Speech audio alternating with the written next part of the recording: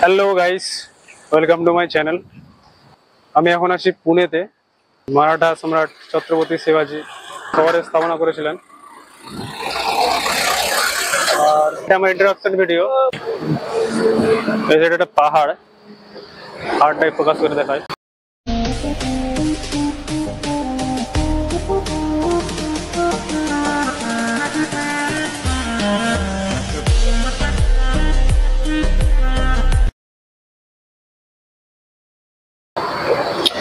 সবার প্রথমে আমি নিজের সম্বন্ধে তোমাদেরকে কিছু বলি।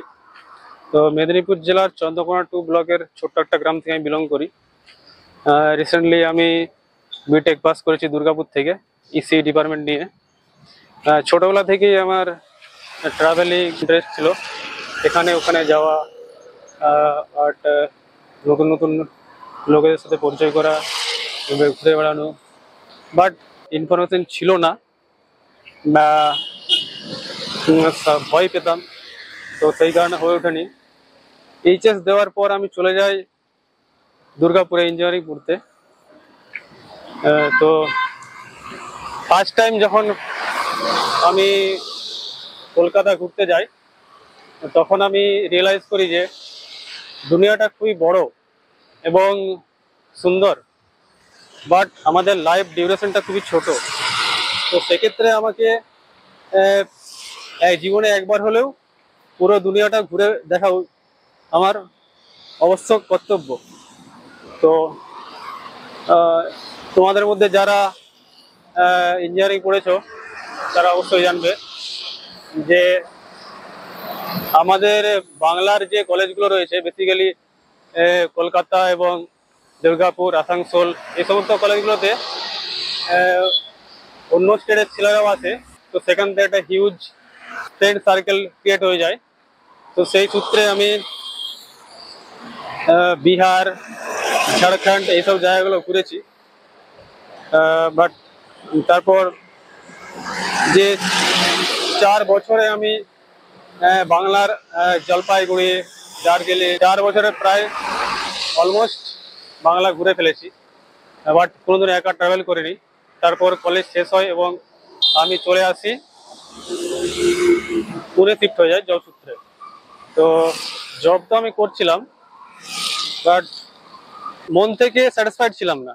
তো সেক্ষেত্রে আমি সাপ্রেস ফিল করছিলাম। সানডের পর যখনই মন্ডে আসতো, ভাবতাম যে কোথাও না কোথাও একটা আমার ভুল হচ্ছে। আমি ডিসাইড করি যে नौकरी वोकरी छोड़ो और निकलो भारत भ्रमण पे। তো আমার জার্নি এখান থেকে শুরু হচ্ছে, পুনে থেকে। ফার্স্টে আমি লোনাভলা, পুনে থেকে লোনাভলা, এবং তারপর নাভি মুম্বাই, তারপর আমি গোয়া, ব্যাঙ্গালোর, কেরালা, তারপর সোজা চলে যাব ভারতের শেষ প্রান্ত, যেটা কি কন্যাকুমারী নামে পরিচিত। সেখান থেকে ইউটার্ন নিয়ে আমি নর্থে যাওয়ার চেষ্টা করব। দিল্লি, আমাদের বাংলার পাশে মেঘালয়, মিজোরাম, মণিপুর, তো এই সমস্ত জায়গাগুলো আমি যাব। আমি এই চ্যানেলের মাধ্যমে তোমাদেরকে আমার জার্নি শেয়ার করতে চাই এবং এটা জানাতে চাই যে দুনিয়াতে সবাই অমানবিক নয়। 60 থেকে 70% ভালো মানুষও রয়েছে। তো আমি তাদের লাইফস্টাইল, কালচার এবং ডেভেলপমেন্ট এক্সপ্লোর করে তোমাদের কাছে তুলে ধরতে চাই। এবং লাস্টে আমি একটাই কথা বলতে চাই তোমাদেরকে, যে তোমাদের ট্রাভেলিং এর জন্য যে কোটিপতি বাদ হবে এমনটা কোনো ব্যাপার নেই।